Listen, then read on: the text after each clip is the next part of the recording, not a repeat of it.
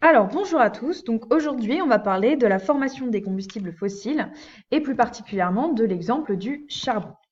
Donc au Carbonifère, donc qui est une période des temps géologiques datant d'il y a environ 300 millions d'années, sur la Terre, on avait un climat qui était chaud et humide, ce qui permettait de favoriser le développement de grandes forêts donc en bordure de mer et de grandes zones marécageuses. Donc ici, ce que vous pouvez visualiser, c'est donc une représentation d'artiste de ce que pouvait être le Carbonifère. Donc pour le Carbonifère, ici, on retrouve bien ici ces grandes zones de marécage avec les grandes forêts qu'on visualise ici au fond. Et une des grosses particularités du Carbonifère, et qui est le plus connu actuellement, c'est les insectes géants du Carbonifère. Donc ce que vous pouvez visualiser ici, c'est donc un schéma, une représentation plutôt grossière de ce qu'on pouvait avoir au Carbonifère, c'est-à-dire ici, vous avez une forêt qui est en bordure d'océan, ce qu'on peut retrouver au Carbonifère. Donc suite à un affaissement qui a été représenté ici par les flèches, donc un affaissement, c'est-à-dire ici, il faut imaginer que vous avez le terrain qui, entre guillemets, se tasse, et vous allez pouvoir avoir ici une sorte de dépression. Cette dépression due à l'affaissement du terrain va ici permettre à l'océan qui est tout proche de s'infiltrer par le biais de cette dépression. Et donc on va avoir une montée des eaux et l'eau va pouvoir prendre le pas sur le continent. Donc cette montée des eaux, c'est ce qu'on va appeler donc une transgression. Il faut imaginer que ici on va avoir de l'eau salée qui va rentrer dans les terres et qui va arriver au niveau de notre forêt qui est ici. L'eau salée va donc peu à peu détériorer les arbres et donc va entraîner la mort de ces arbres. Ici est représentée directement la mort de cette forêt et la mort de ces arbres.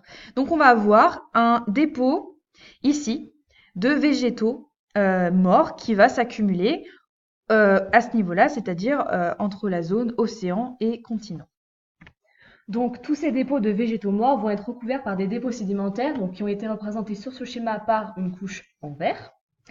Donc, ces roches sédimentaires, ces dépôts sédimentaires, sont en particulier des argiles et des schistes, sont des roches imperméables qui ne vont pas laisser passer l'eau. Et ces roches sédimentaires vont empêcher le contact entre le dioxygène et la matière organique.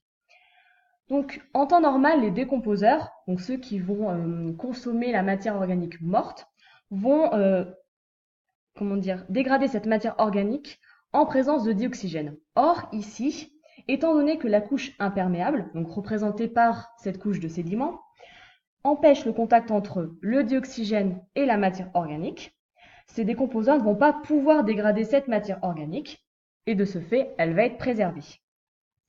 Donc, ces végétaux morts et ces sédiments vont s'enfoncer, donc c'est représenté par ces flèches, donc on va avoir un enfoncement. Cet enfoncement est également qualifié de subsidence, et cette subsidence ou cet enfoncement va provoquer progressivement une augmentation de la température et une augmentation de la pression, entraînant par la suite une élimination des matières volatiles et une concentration importante de carbone qu'on qualifie de carbonification. Donc la matière organique des végétaux morts vont se transformer progressivement en combustible fossile, donc en charbon, donc représenté juste en dessous de la couche de sédiments, donc en noir, et également tous ses dérivés, donc la tourbe, la houille, la lignite et l'anthracite. Donc ensuite, on va avoir progressivement un recul des eaux, qu'on appelle également une régression. Et cette régression va permettre l'avancée progressive, la formation progressive d'une nouvelle forêt. Et ainsi, un cycle va pouvoir recommencer. Donc on aura de nouveau un affaissement avec une dépression, l'arrivée de la mer, l'avancée, donc transgression, une subsidence avec la formation du charbon et de nouveau une régression.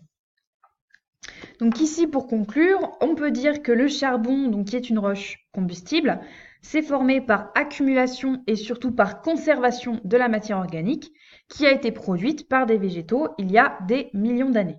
C'est pourquoi on peut dire actuellement que le charbon est un combustible fossile.